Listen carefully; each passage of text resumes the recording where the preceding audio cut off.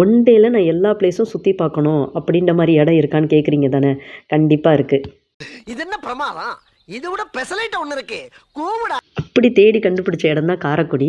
So திருவாரூர்லேருந்தே வந்து 6:30க்கு வந்து train இருக்குது. காரைக்குடியில் வந்து 8 மணிக்கு வந்து ரீச் ஆகுது. ஸோ இது திருத்துறைப்பூண்டி, அம்மாப்பேட்டை, முத்துப்பேட்டை அது வழியாக தான் போகுது. நாங்கள் போன உடனே ஒரு ஆட்டோக்காரனை வந்து பேசிட்டோம், எங்களுக்கு எல்லா பேலஸும் சுற்றி காட்டணும் அப்படின்னு சொல்லிட்டு.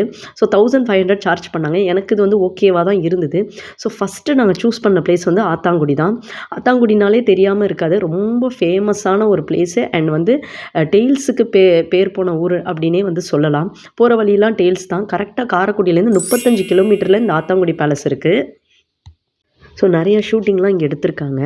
ரொம்பவே பிரம்மாண்டமாக இருந்தது. ஒரு ஆளுக்கு வந்து 80 ருபீஸோ 50 ருபீஸோ சார்ஜ் பண்ணாங்க. ஆனால் 100 ரூபாக்குள்ளே தான். இங்கே வந்து என்ட்ரு ஆனதுமே ஒரு கண்ணாடி இருந்தது. இந்த கண்ணாடியில் வந்து நம்மளோட பின்னழகை வந்து பார்க்கலாம், அதாவது நம்மளோட பேக் சைட் போர்ஷன் வந்து பார்க்கலாம் அப்படின்ற மாதிரி சொன்னாங்க.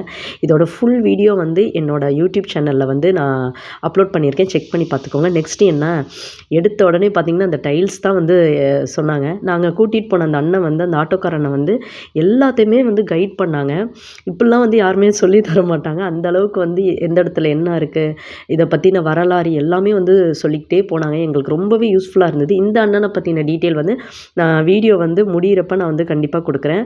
அண்டு இவங்க யூஸ் பண்ண பொருள், ரூம்ஸு எல்லாமே வந்து சுற்றி பார்த்தோம். ரூம்ஸ் எல்லாம், சில ரூம்ஸ் எல்லாம் வந்து பூட்டி இருந்துச்சு. அந்த அளவுக்கு வந்து எதுவுமே திறந்தில்ல. ஸோ ஃப்ரண்ட் சைடு மட்டும்தான் வந்து விட்டுருந்தாங்க. அது மாதிரி மாடியும் வந்து நமக்கு வந்து அலோட் கிடையாது, ரெஸ்ட்ரிக்டடு. அண்டு பார்த்திங்கன்னா ஃபுல்லாக அந்த ஹாலு, அப்புறம் டைனிங் ஏரியா, அந்த மாதிரி எல்லாமே சுற்றி பார்த்தோம். ரொம்பவே சூப்பராக இருந்துச்சு. இவ்வளோ பெரிய பேலஸை வந்து இன்னும் மெயின்டைன் பண்ணுறாங்க அப்படின்ற மாதிரி ஆச்சரியமாக இருந்தது. அண்டு நாங்கள் நல்லா ஃபோட்டோ ஷூட்லாம் எடுத்துகிட்டு அதோட நெக்ஸ்ட்டு பேலஸ் கிளம்பிட்டோம். கண்டிப்பாக பார்ட் 2 வந்து பாருங்கள்.